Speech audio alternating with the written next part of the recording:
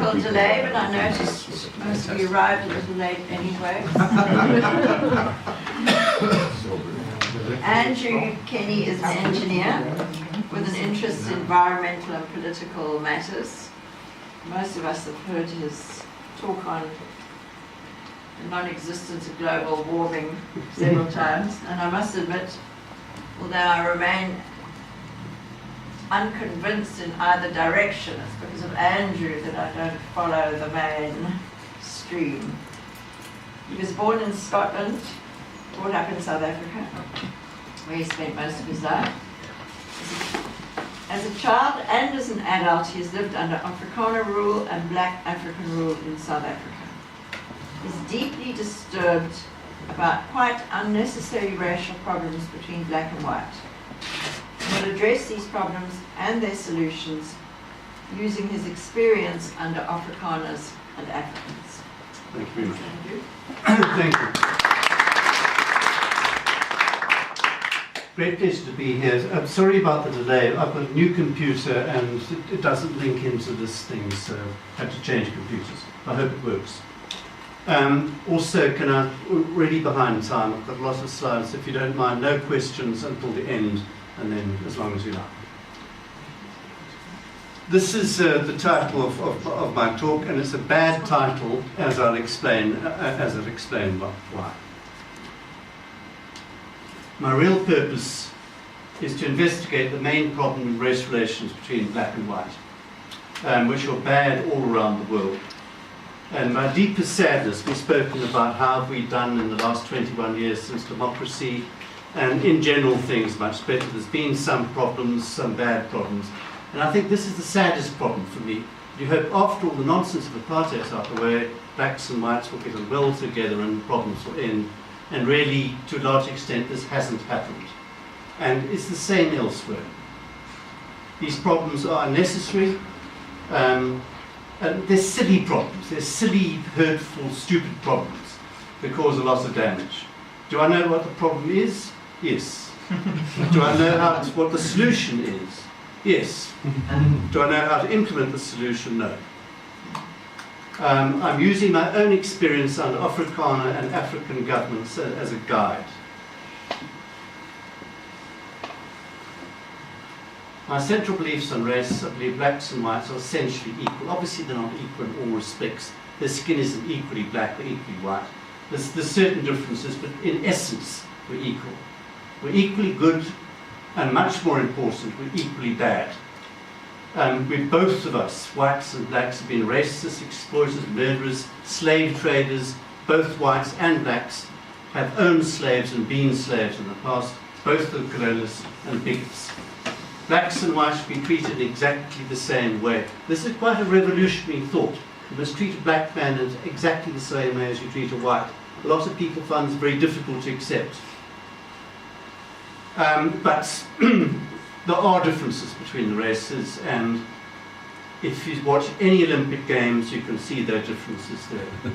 This is the 100 meters final of almost any Olympics. Looks like that, and then you go into the swimming pool and it looks like that. Over and over again, every single Olympics it's the same. Country after country, no matter where the people come from, no matter if they train together, this is the result. It's obviously genetic. Blacks are obviously better, slightly better at sprinting, and whites are obviously slightly better at swimming. Now to go to a more subtle distinction in the most subtle sports, only sport I like a lot, which is boxing. If you look at boxing, great white boxers, great black boxers over the last 100 years at least, there's this clear pattern emerges, which again we don't want to speak about too much. So let's look at the black boxers and the white ones. Let's look at two divisions, heavyweight, and I'll come on to middleweight. So in the heavyweights, the greatest black champion, Muhammad Ali. Hey. The greatest You white... would agree. Well, yes, he would. Greatest white champion, Rocky Marciano. You go on to the middleweights, the greatest black is Sugar Ray Robinson. Greatest white is Harry Greb. Now, if you just look at the faces of these people, you notice there's a slight difference. These two have had the same number of fights. These two have had the same number of fights. who do you think's had the better defence?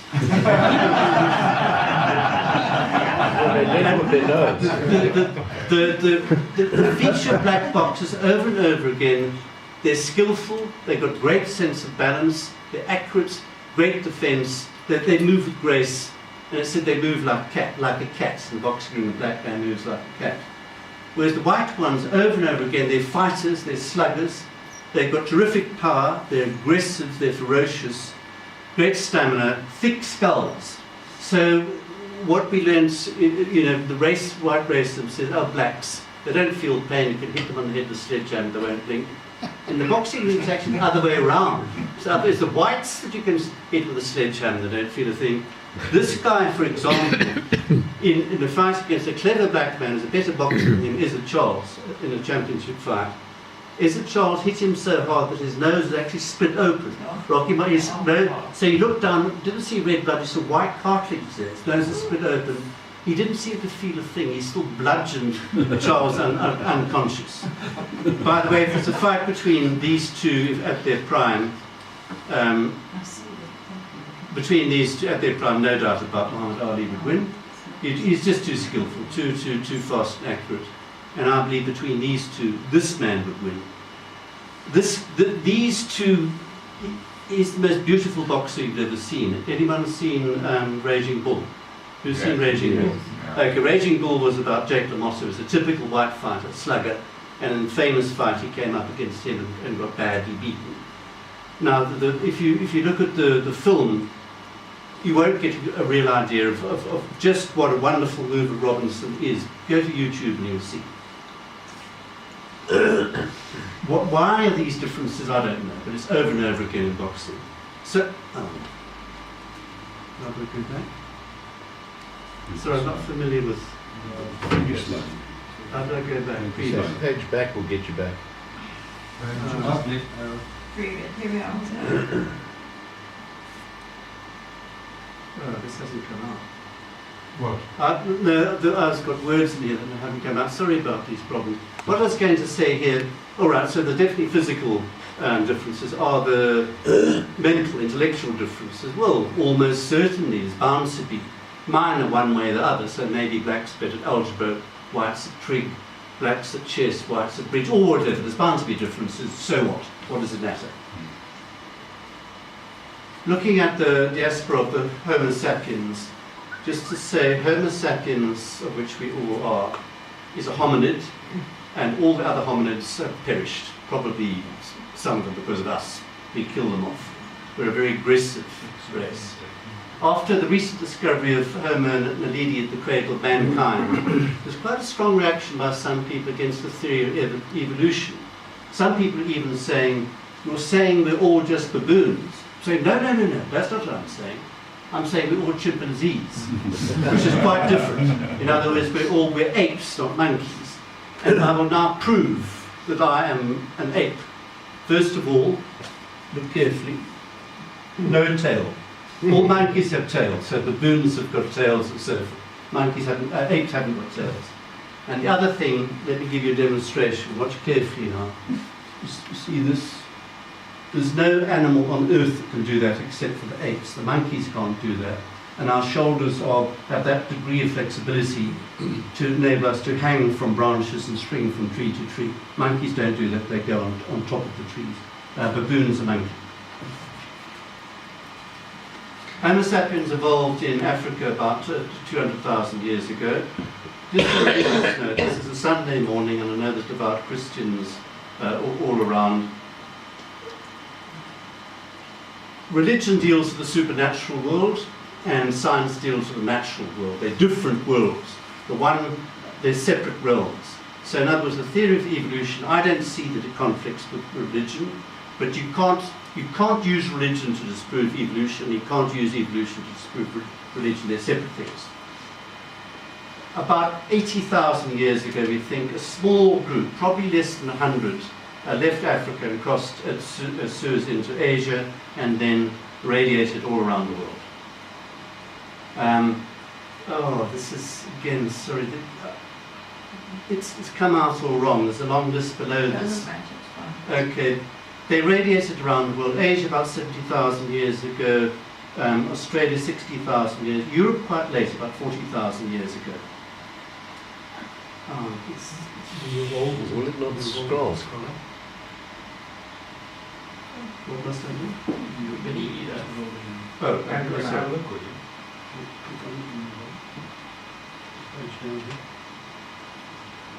I mean, that wasn't going to fit on any screen, was it? Okay, sorry. Here's an. I'm sorry. This is going to be not as in. No, it just goes to the next one. Okay, here's another one showing. This is the spore diaspora of us Homo sapiens, and you can see this is how we radiated around the world. Europe we reached quite late. We reached Europe long time after Australia, funnily enough. I think that's because the weather was so bad. This is in the middle of the last ice age. That's the last ice age. Genetic consequences of this diaspora. All Europeans, Asians, Native Americans, Native Australians are descended from one little group of about 80 individuals who lived quite recently. The result is that these people have very little genetic variation, whereas the people who stay behind have got enormous genetic variation. So if you look at these people here, these bunch of Homo sapiens, this is meant to be, sorry, this is also meant to be an equal size. It's not right. All of these are genetically all just like that. Hardly any difference between them. Whereas these people here, living close together, have got a much bigger genetic variation. The difference between her and him, for example, is much, much smaller than the difference between those two. Explain Right. Why is that? Because, Carry on. no, I'll questions afterwards, sure. Here's this little quizzy sort of question for this is famous remarks by two men. If you know the answer, don't tell. I'll tell you afterwards. Caucasians have certain characteristics that Negroids do not have, that are ape-like. They have so much hair. Their legs are short in comparison to the upper body. In other words, this man was saying white men are more like apes than black men. This man says, ours is one continual struggle against degradation sought to be inflicted upon us by the Europeans. They desire to degrade us to the level of the raw Kaffir, whose ambition is hunting, whose sole ambition is to collect a certain number of cattle to buy a wife with. Who said those two things? The person who said white men are more like apes than black men was Hendrik Verwoerd. The person who described the Kaffirs as being so lowly was Mahatma Gandhi. Again, it hasn't come out, sorry. I just want confirming Verwoerd's remarks that we're more ape-like and hairy, white men more hairy. He didn't know, we've discovered recently that black men are 100% Homo sapiens, whereas white men are 96% homosexual.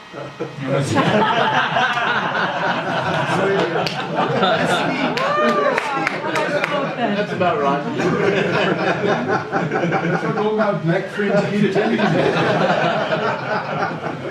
White people are 96% Homo sapiens and 4% Neanderthal. So we've got Neanderthal in us. We met them in Europe. And one of the tests for whether you have got Neanderthal in is hairiness, body hair. So if you've got a hairy chest, you probably have. And if you've got a hairy back, even worse. some racial nomenclature. This is important. We use everyday racial terms that we know are meaningless. But we have to use them. Why do we have to? We should question it, but we don't.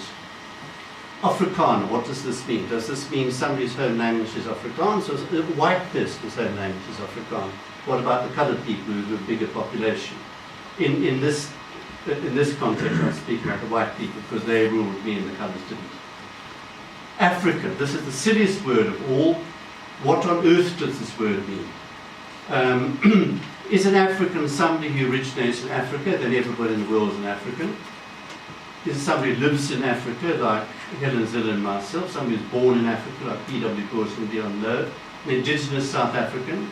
If it means indigenous South African, the first inhabitants, then the only Africans here are Bushmen and Khoi.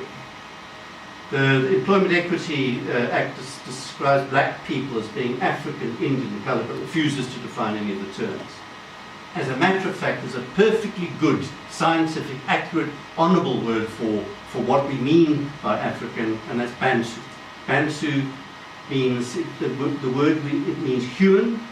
It describes probably the most important part of the human race, with enormous vigour and genetic diversity. All over Africa and all over the rest of the world, Bantu is used as an honoured term. So why don't we use Bantu in South Africa? Very important question. I'll explain why soon. Here's my history, my personal history under the Boers and the Bantu. I was born in 1948, and my first political leaders were actually in Winston Churchill. Then I came to South Africa when I was 4 years old, and my leaders were Malan, Stedham, Verwoerd, Vorster. Then I went back to England, where my leaders were Heath, Wilson, Callaghan, Thatcher. Then returned to South Africa in 1982, where my leaders were Botha, de Klerk, Mandela, Mbeki, and Zuma. So in my life, I've only had one political leader who I felt expressed my views, and that was a woman. I've only been inside one skull in my life, which is my own, and I think I've only really experienced real racism once in my life, and that was against Afrikaners. Maybe that's why my Afrikaans is so bad. I'll give an example. Dames en heren, verskoon my Afrikaans is baie swak. En as ek aanhou probeer om dit te praat, sal dit verleer pynlik wees. See what I mean? It sounds right in my head, but not when it comes out of my mouth. I grew up in Fishhoek from 4 years old to 16 years old, something like that. Fishhoek was white and mainly English speaking, and they liked apartheid, but they didn't like the Afrikaners, so they all used to vote for the United Party. We had a lot of Afrikaner teachers, and we were scared of them. They always used to beat us hardest. Our favourite sport was boxing, and I was only beaten up 3 times in the boxing ring, all 3 by Afrikaners. This is why we hated Afrikaners. They were very rude, and they were also excessively courteous. So they used, instead of saying you, it's P and yeah, instead of addressing adults anytime, we always call them oom. You didn't say, Dad, what do you want? You'd say, but for power here. They were stupid. You could tell by looking at them they were stupid. They were also eggheads. They were too clever. And we heard about Jan Spatz, who began school at the age of 12, matriculated at the age of 15. He ran the law in Transvaal at the age of 20. Somebody called Graaf got the highest marks ever at Oxford University. The cleverest boy at Fishhoek High School was called Peter van der Merwe. They were, it's just not coming out, sorry about this. They're very barbaric and also excessively cultivated. So I remember my parents' friends, when they went to Europe, for example, they used to come back and tell us soccer matches at Eiffel Tower and so forth. But Afrikaner friends, when they came back, opera houses, museums and so forth. The English people's favourite singer was Elvis Presley doing Blue Suede Shoes. The Afrikaners, it was Mimi Kutsa doing the Queen of the Night. So that's why we hated them. The differences between Afrikaner and African rule. Afrikaners set up schools and universities teaching Afrikaans. Get this in. They didn't Don't set worry, up. just talk it to us. Okay. We don't need to read it. They didn't set up schools and universities teaching African Bantu languages. Their leaders, this is a key point, their leaders sent their children to schools and universities taught in Afrikaans, whereas the African leaders, ANC leaders, send their own children to schools and universities taught in English. The tradition of service to their own people, Afrikaners leaders serve their own people in hospitals and schools and so forth, and the African leaders don't. They neglect the education of their own African children, not their own children, other Africans' children. At the hospitals, you hear terrible stories about how black nurses treat black patients.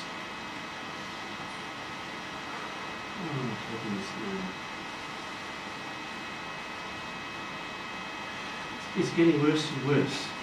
this phrase, African solutions to African problems, you never hear it used anywhere else. You never hear in Asia them speaking about Asian solutions to Asian questions. And of course, when you hear some ANC politicians speaking about African solutions, by that he means a German car, Italian clothes, a Manchester United T-shirt, education for his children in English. Those are the African solutions.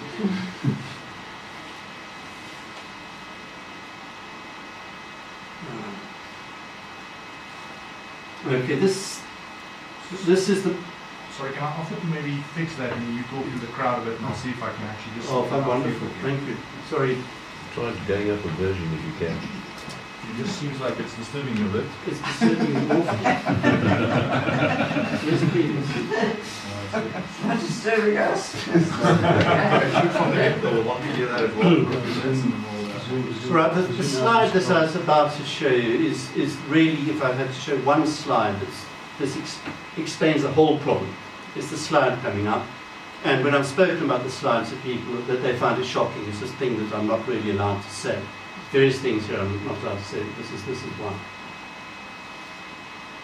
I'm not somewhere to talk. I'm going to have to give me a second. Let's take a break. No, just Andrew, I'm sure you know all of this in your head. I do, but I'm all in speech now. No, Understood. just speak it to us. Tell us All right. what that No. sounds like. I'm You might for once Okay, not I'm going win to change the my vote in the Academy system Award. there. I'm going to change my vote in the system there. No. Move your money. Ja, maar wanneer was dan niet meer? Look at this. The problem is that we're running it through press. Scott shouldn't be fixing those. Scott is fixing Just say at least in terms of the Liberty Party, we're going to tip it on Liberty. You know the problem? It just doesn't know how to be.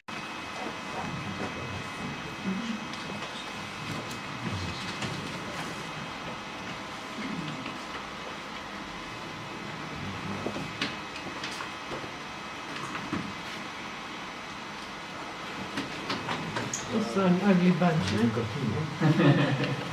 Short, hairy men. So, did Margaret Thatcher have a hairy back? Sam.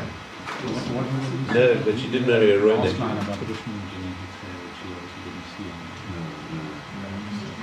Andrew? No. What is amazing is that she was quite... It's a machine one. but her son, her offspring tried to... Really sums up the whole rest of the problem. One-page test. Okay. Here, you must write down all the names of white people call black people that black people find offensive. Just the name itself, not the tone of voice. And this column here, you write down all the names black people call white people find offensive. Right, just starting off on the list here. Kaffer, coon, nigger, dignog, floppy, hotcock, munt, hoti, non-reflective walk, etc., etc., etc. And there's a list that goes on and on and on. A huge long list. Now I can tell you this, every one of those words that you use, if you use that in public, would cause offence, upset, resentment. It could cause you to lose your job, which it has on several occasions. If you use one of those words at a Sansom dinner party, you'd be frozen with horror, and you could be put in jail. It's actually illegal to use those words. It's a criminal offence to use those words. Now, on this column here, write down all the names black people, white people find offensive. Big silence. Honky? No, that just makes life deep. They laugh. Capitalist? No, that's not no. Pale face, pale skin, it also makes them laugh. Malungu. Those who know the words aren't bothered by it. Most people, okay, they call us Malungu. Those people who don't know the word, if you said, do you realise that black people call you Malungu? That's the reaction. In other words, in this column here, why is it? A little blank should come up. There's a big one. There's nothing there. There is nothing on that side. Nothing there at all. Two observations about this name says for blacks and whites. First of all, any name that whites call blacks becomes derogatory, becomes abusive, becomes insulting, even if it never had any original abusive meaning. And the obvious example is kafir. The K word you say it as if you're summoning up Satan or something like that. As you know, kafir is an Arab word meaning non-Muslim. Apparently the origins of it's a cover. Kafir is a cover, and the idea is the cover covers you away from the true faith. It's quite obvious when you look at the kafir used in history and past texts, it had no derogatory meaning whatsoever. It's a completely neutral word, just meant black man. Somehow or another, it became derogatory. Where does this sense come from? How does a word used neutrally to mean black become derogatory over the ages? Where does the abusive sense come from? And it seems to me it comes from the blacks themselves. It's born of profound self-doubt, although there's certain whites who encourage it, like Nadine Gordimer, for example. She's a Conrad fan like me. One of his very good stories is called The Nigger of the Narcissus. She couldn't bring herself even to speak that title. Here's the other problem. Blacks care what whites think of them, and whites don't care what blacks think of them. There's a complete asymmetry between them.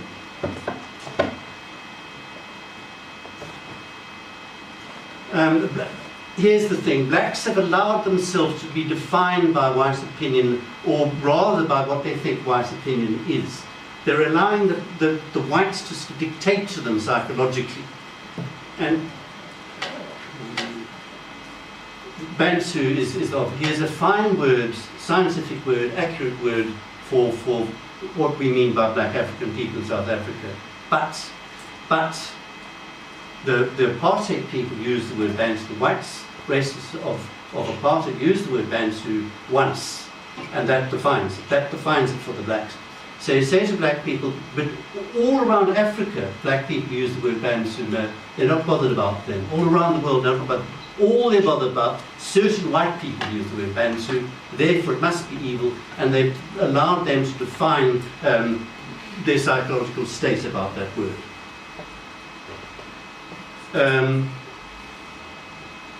Does everybody know the story of Ansu Dust?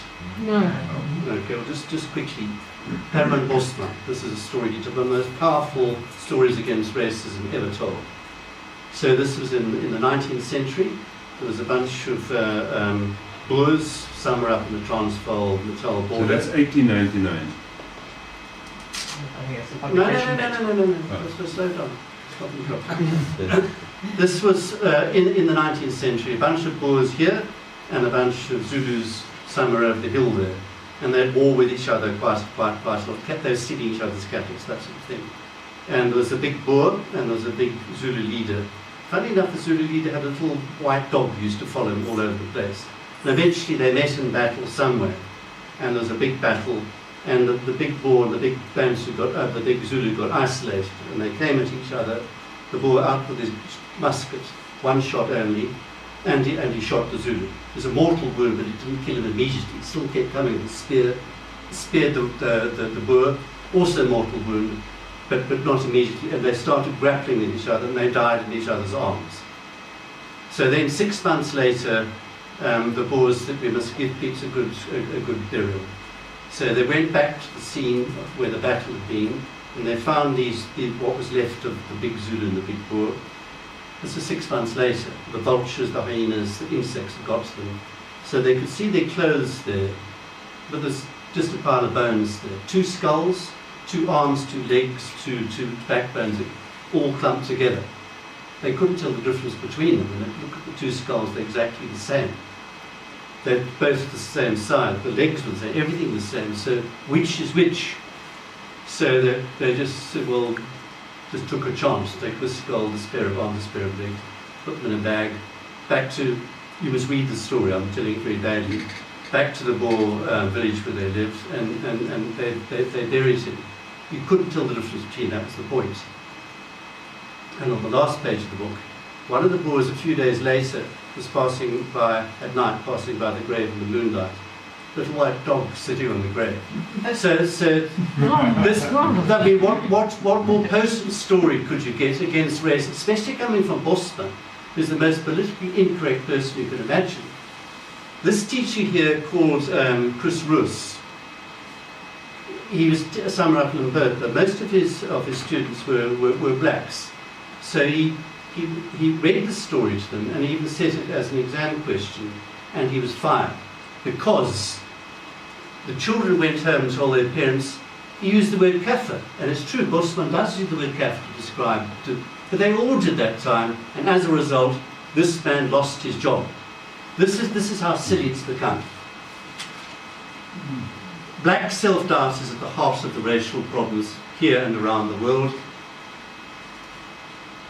Let's compare now the name test for Afrikaners and English. Here are names Afrikaners called English, here are names English called Afrikaners.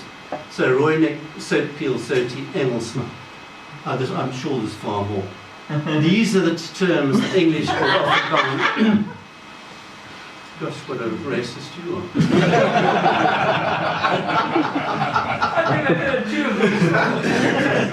Well, these are terms for crunchy, rock spider, hairy back Dutchman. I don't know where rock spider comes from. That's useful. Sorry? It's in the Boer War. Sorry, in the Boer War, the Boer soldiers used to fire from between two rocks and then disappear. And they said only a rock spider could hide like that. Just by the way, just to say that Dutchman includes any white man who speaks Afrikaans as a home name. If you're Afrikaner, your name is Fritz von Hagen, 100% German in you, not one drop of blood from Holland, Dutchman. And the other way around, if your name is Jock McGregor, born in Glasgow, thick Scottish accent, Engelsman. What's the difference? It's actually, a friend of mine working in Sassel said they used to call Russians and Portuguese and also Engelsman as to speak Afrikaans. But look at the difference between the two. It's quite different from the names whites and blacks call each other. Neither Afrikaners or English really care much one way or the other what they call each other. Soetpeel is obviously began as insulting. Does anybody not know where Soetpeel comes from?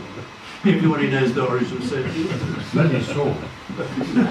So, the fickle Englishman, okay, so it's obviously insulting to begin with, but now it's nothing. It's become neutral. It's become a joke. In other words, it's gone completely the opposite direction from Gaffer. Gaffer goes from being neutral to insulting. Soetpeel goes from being insulting to being neutral. Imagine if it wasn't the S word. Pascal called me by the S word. Well, it makes us, but the laughter just shows what I mean. It demonstrates the point. Oh, come on. Between Afrikaners and English, there's a long history of mistrust, bigotry, war, but now we're obviously completely at ease with each other and regard each other as equals. There's no feeling of inferiority one way or the other.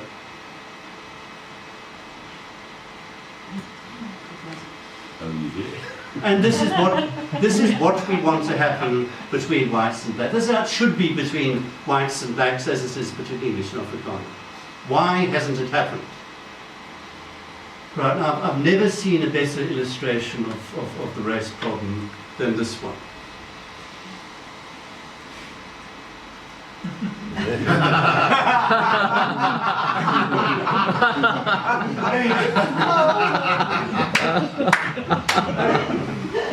But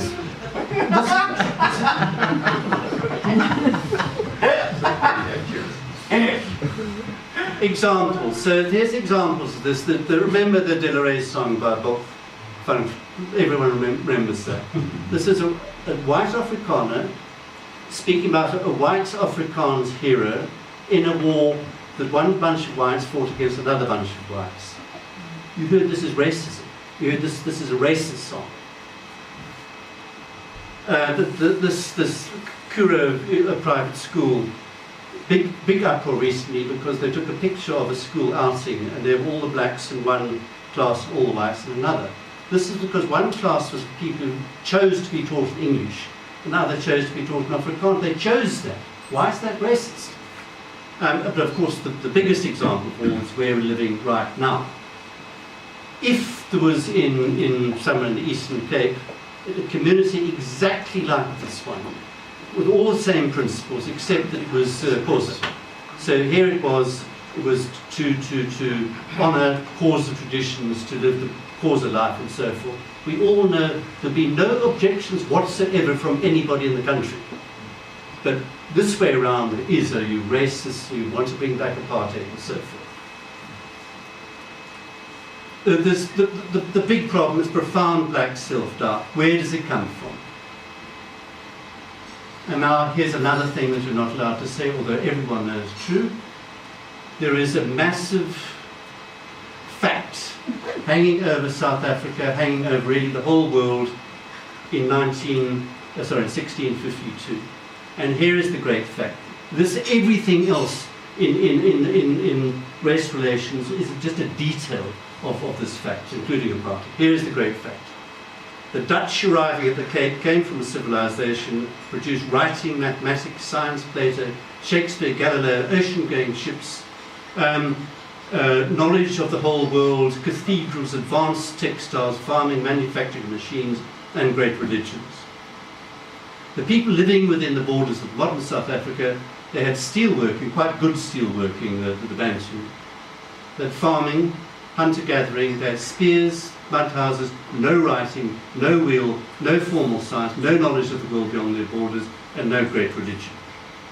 The two sets of people were separated by 3,000 years. All right, now first of all, pondering the great fact. A very significant point about it is you're not allowed to utter these words. The words I've shown you aren't allowed to be uttered in public. I've tried twice publishing this. No, you can't do it. It's racist. I said, why is it racist? It's racist, you can't publish it. And I said, no, and the feeling obviously is, well, the reason for that is because black people are inferior to white people. It absolutely isn't the reason for that difference.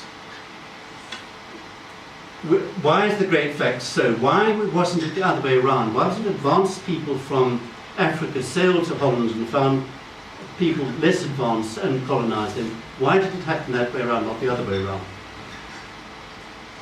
I'm going to tell you exactly why now.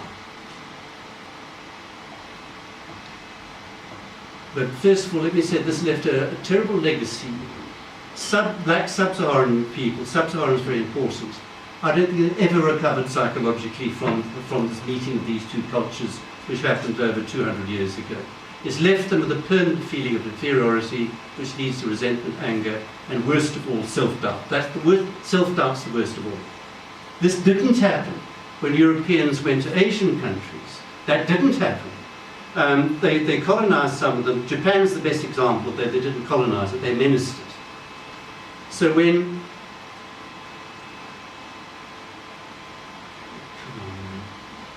Asians, when they went to Japan, for example, the Japanese saw straight away these guys have better technology than us, big steamships and so forth.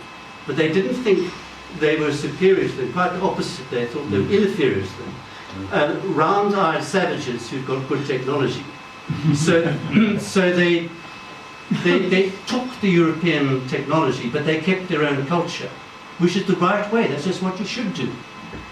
The Africans, they took the European technology and they wanted the culture as well. They seem to be ashamed of their own culture, including their own languages. This probably explains the differences between the fate of Asian countries like Korea, Singapore, etc., after the end of colonial rule, and African ones such as Kenya. Kenya, as you know, is richer than South Korea in 1960.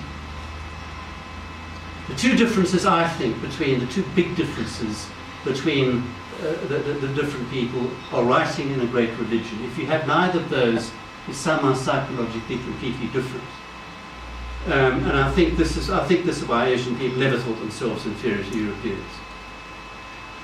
There's one interesting objection to this theory about the great religion, which is the Roman Empire, which is more important than the British Empire. The Romans didn't have a great religion. They're a bunch of pagans. They had gods all over the place. But actually, maybe this proves the point.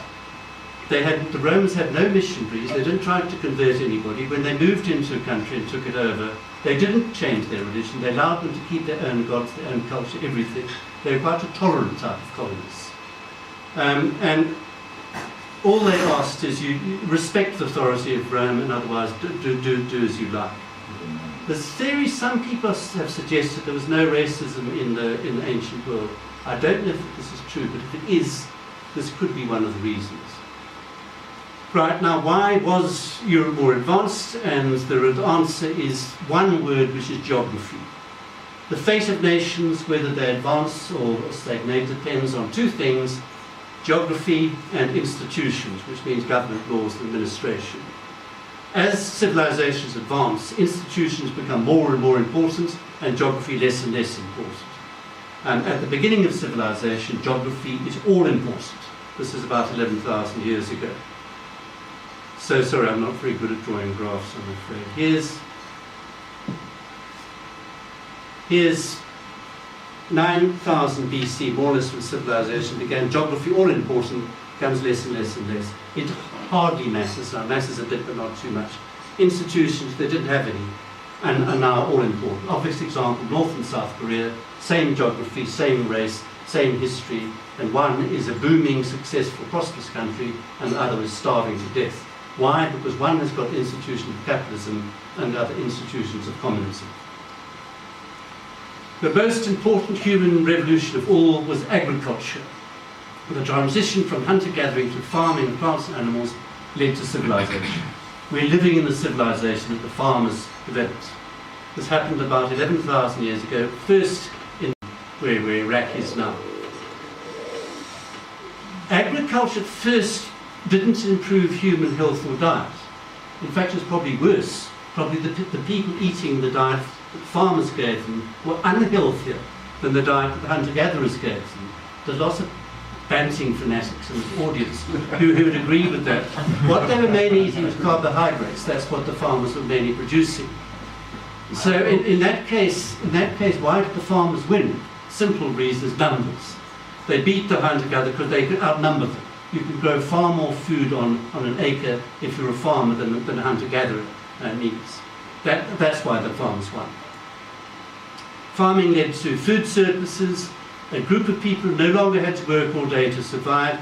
They could become priests, magicians, scientists, astrologists, lawmakers, etc., etc., etc. These people then could start founding civilization. The need to count and record grain reserves led to numbers and then to writing. And a hugely production division of labour. Division of labour is absolutely key to human success. It led to towns and cities. Agricultural revolution was based on plants and animals. The plants were mainly grain, cereals. We've almost added nothing in the last 7,000 years to these grains that were discovered at that time. Our staple food today is wheat, rice, millet, maize, oats, potatoes. All of those have been discovered thousands of years ago. Farming animals have two functions. First of all, as food, and then as power and transport. So the food examples are these animals here, and the power and transport, these animals here. We've had two great revolutions in power and energy in human history. The second, less important one, was the Industrial Revolution, the steam engine. The first, more important one, was the horse and the oxen, those big animals like that. There's two ways to acquire technology. The first, you can invent it yourself, and the second is you can copy it from somebody else. Obviously, the second way is 1,000,000 times more likely. But either is only possible if the conditions are right, and in the case of farming, which is livestock and crops, geographic conditions. Here's the world before civilization, except the countries are written in here. First, round about Mesopotamia, where Israel, Iraq, etc. is here, by pure good luck, they discovered these crops and these animals. Just to say, to find a crop of plants that you can grow and eat is very, very rare. There's very few species in the whole world. And the fact that they discovered these ones, there was an extraordinary lucky coincidence. Very, very lucky to find it. Same with peas and so forth. And then to find animals too that you can domesticate is terribly difficult. They were just very, very lucky that they found those animals there. And then in China they found rice, millet and so forth, pigs, silkworm, very important commercial animal. Cattle in India in about 7000 BC, the donkey, the cat in Egypt, 6000 BC, the horse in Russia. This was by lucky coincidence they found these animals. What about Africa? I mean, Africa's got the biggest animals on earth. Why couldn't they use any of them? Well, you just can't. You can get a wild horse and tame it. If you try to do that with a zebra, it'll kick your skull in. No chance. People have tried over and over again. You can't do it. Elephant to a very limited extent. A rhinoceros. But imagine what a good war machine a rhinoceros would be running into battle with on the back of one. You can't do it. You can't do it with those animals. So first of all, good luck that they found those things here, and then they would spread. Now here's the huge difference between Eurasia and Africa. Huge difference has taken quite a while to... Just use the keys. I think the mouse is stuck. Use the forward key. It's showing up here. Yeah, there we go. There we go. All right. The Eurasia runs from west to east. It runs like that. And Africa, From north to south. well, it runs from north to south. So the result is, if you discover crops around about here, all along there is the same sort of climate, the same sort of latitude. So all of these things discovered around about here can spread like that all over this massive extent of continent with lots of people there. It's spread. They can all get these things.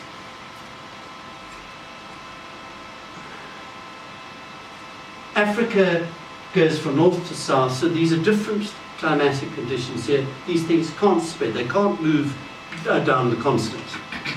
And to make it even worse, this whole mass here, which was savanna about 8,000 years ago, turned into desert about 7,000 years ago. So then there's, apart from this, a huge barrier here, dividing this part of the world from this part of the world here. Another thing, just to point out, people say, oh, what about the Egyptians? They're Africans. No, they were completely different people. North Africa, including Egypt and Carthage, was part of the Mediterranean civilization. So all around here, this here is one civilization, essentially. The Phoenicians moving all around here, the Romans conquering Carthage here, Egyptians here, all part of one sort of civilization. Notice the sea here, it's not called the South Sea, it's called the Middle Sea, the Mediterranean, because in the middle of that civilization there. Sub-Saharan Africa was isolated.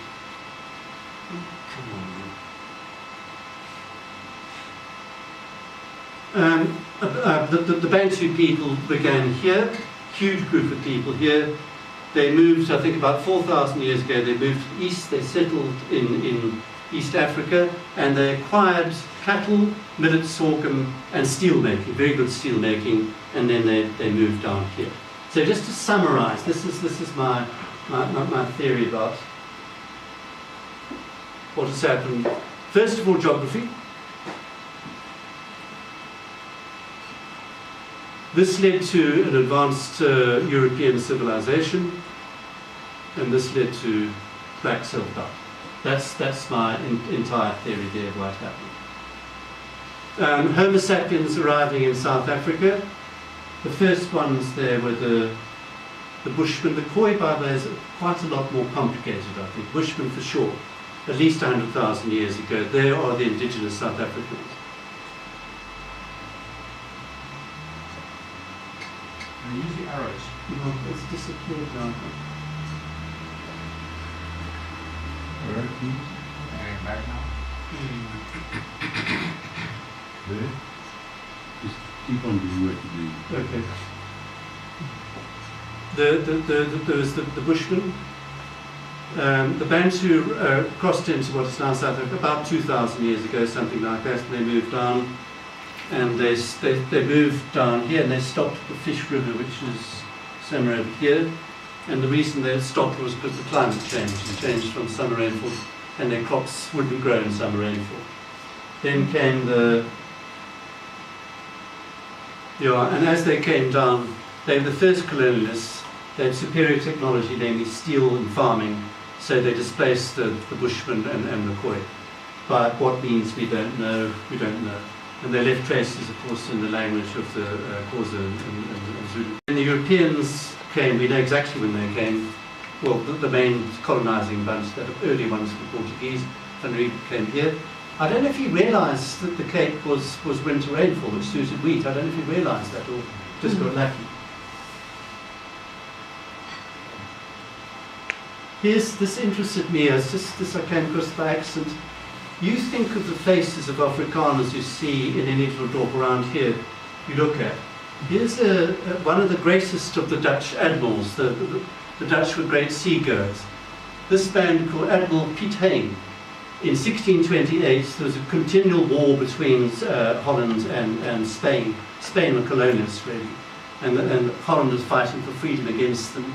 He, one of the great admirals, he captured the Spanish treasure fleet and financed then the continuing war against Spain. So he's a great hero, and one of the reasons Holland is independent is thanks to this great man. But, okay, I'm going to show you his face. Now just think of the faces you see, Afrikaans faces you see around you. Now here is Admiral Piet Hein. If he clears that. He looks as if he could come from Bloemfontein top forward or something like that.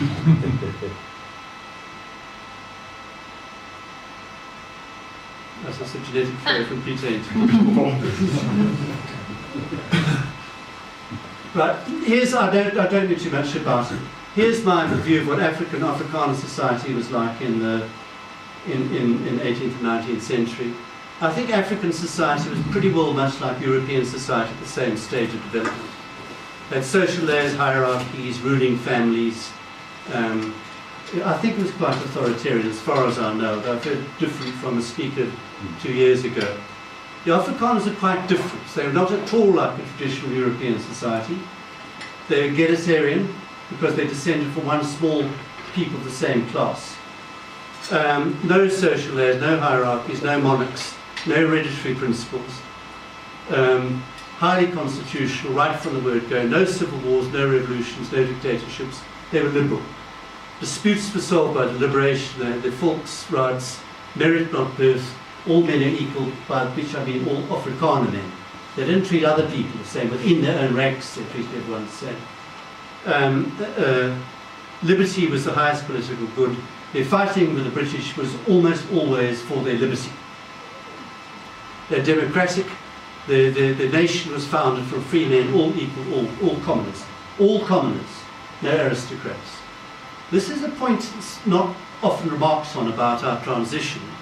We know we went from from white rule to black rule, but we also, I don't know if it's important, we went from the rule of the clerk who's a commoner, well, Afrikaners don't have aristocrats, to rule by an aristocrat. Mandela was an aristocrat, he's a member of the royal family. I just want to, this intro, I just came across this by accident, liberals and war. Here are 3 astonishing examples where established fighting forces suddenly became all-conquering, thanks, I think, to liberal principles to some extent. The most potent army in Europe in those years was the New Model Army under Cromwell. He took over a hopeless English army, converted it into the finest fighting force in Europe, suddenly. Same thing with this man with the French army. He converted it so that nobody can stand in its way. And the same thing with the most potent fighting force in the Second World War, Hitler. I mean, this is not a man you normally associate with liberal values. But the German army in the First World War, French against Germany, 4 years of struggling with each other, and they're just managing to beat the German after 4 years. In the Second World War, the French had a bigger army, better tanks in their home territory, and the Germans, 2 weeks, just shattered them. The reason, a completely different, more efficient army. I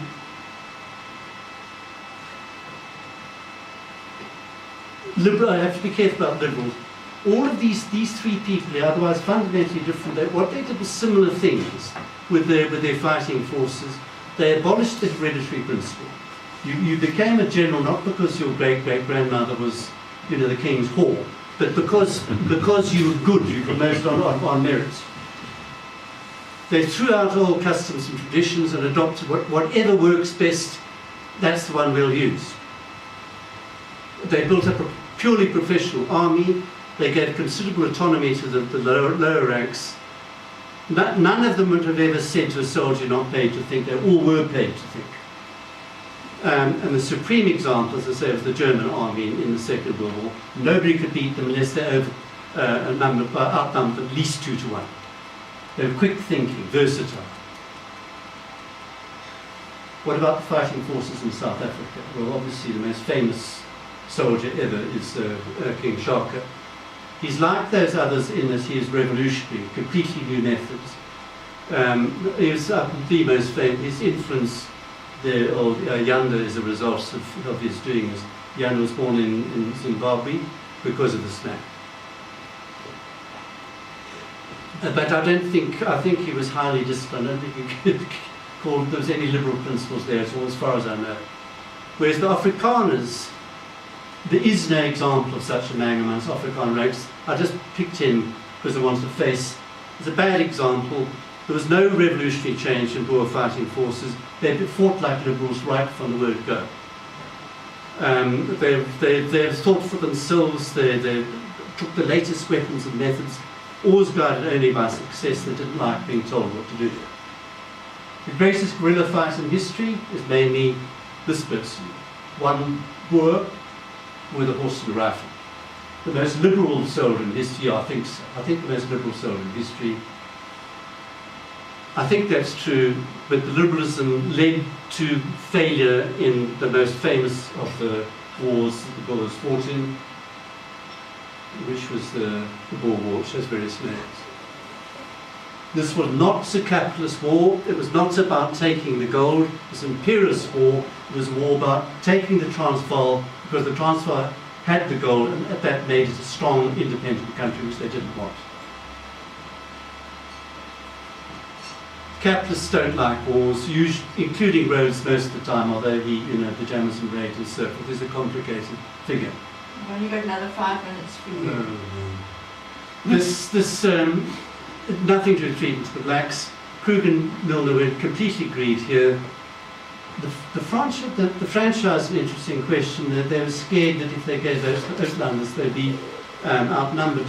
Kruger could have solved that problem at one stroke, which was, can you think of it? Easy. Give those to women. And then however many Uitlanders were mainly male, they'd have outnumbered them. I don't know why he didn't do that. It was unthinkable. Yeah. If I'd been 25 years old, as I am now, Engelsman, knowing what I know, I doubt I would have been on the Boers side. The Boers showed the strengths and weaknesses of fighting like liberals. First, with better weapons, far better tactics, their devastating successes. These three, they shattered the English in these three battles. There's a mortal blow to the British Empire. The British won, but they never recovered from this, never recovered from it. But then, being too liberal, they then threw it all away. They were unwilling to sacrifice their own men. They committed the worst military folly of their history, these stupid sieges, these wasteful, stupid sieges where they hung around, their strength was mobility, they hung around almost waiting for the British to come in massive numbers. It was so stupid. What they should have done was, after Black Week, keep moving, go down to massive force, go down, take Durban, which they could have done, take the ports, blow up the railway lines from Cape Town so the British can't move in their forces, and then try and do a deal. I think it might have worked, we can't be sure. Instead, we know what happened. The greatest soldier on either side of the Boer War was this man, Christian Ledet. Could he have won it? He came in too late. It was weak and end before him. I don't know if he could have won it, but if anyone could, it was he. The greatest misfortune in Afrikaner history was, the Boers, they lost the war in 1902. Use the arrow on the keyboard. No, but it's disappeared. It's disappeared again. Arrows on the keyboard or the No, symbols. but I've lost the. It's gone back to something else. You never get Scott. No, okay, no, I've got it. Okay. Those two are the simplest. Oh, right, okay. They in 1910 they won the peace and gained the whole of South Africa, and then they inflicted the greatest disaster in their history. They inflicted themselves, which was apartheid. Apartheid was nothing other than an excuse for continued minority rule. In these countries here, they solved the problem of the black majority by genocide. They just slaughtered them all. Of course, diseases as well. South Africa solved the problem of black majority by apartheid, which was considered much worse. Apartheid was a crime against humanity, where genocide seems to be over one of those things. There was no one left to complain. Apartheid continued the racist colonial policies, but there was two big differences.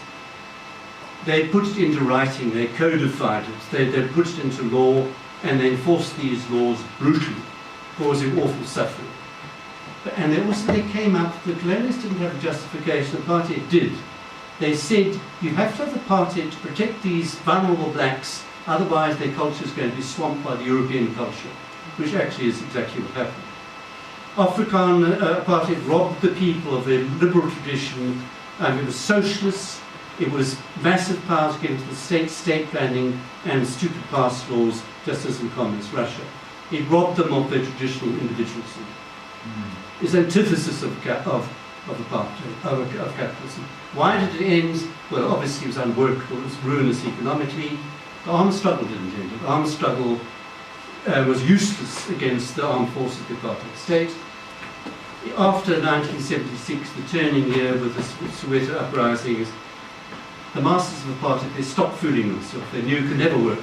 And then they tried a long, tortuous process of trying to sort of reform apartheid, but clinging to white power. In 1990, they gave up even that and essentially surrendered to black power. One of the reasons for it, which people hate to hear, they hate to hear this, was because of a fundamental decency in themselves, Christian morality and so forth. They knew it was wrong, and this is one of the reasons they gave it up. All around, I'm going to hurry now, sorry. In 1994, South Africa voted ANC, we expected. The consequences were completely different from when we voted in 48 for Afrikaner rule. As I say, Afrikaners are proud of their culture, Africans ashamed of theirs.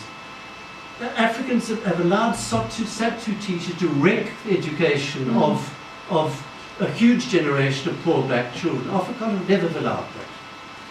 They keep the day, and as I'm repeating myself here, fundamental race problem is we're all equal. That's a scientific fact. The minor racial problem is some whites think they're superior to blacks. Far bigger problem is that some blacks believe them. Self-doubt is the biggest problem of all. So the solution, I'm nearly done now. Here is the solution to the race problem, spelled out by three famous people. Steve Biko said it. The most potent weapon of the oppressor is in the mind of the oppressed. Exactly so. Bob Marley said it, emancipate yourself from mental slavery, none but ourselves can free our minds. True. And then Eleanor Roosevelt, I don't know if she said this, but it's also true. No one can make you feel inferior without your consent. So the solution to the race problem, second last slide, to black band to people, you're not inferior, so stop feeling inferior. Stop defining yourselves by the opinion of white people. Laugh at the white racists. Look for affirmation of yourselves, not at anybody else. Be proud of your nation and culture, as Afrikaners are of theirs. How do I implement the simple solution? I don't know.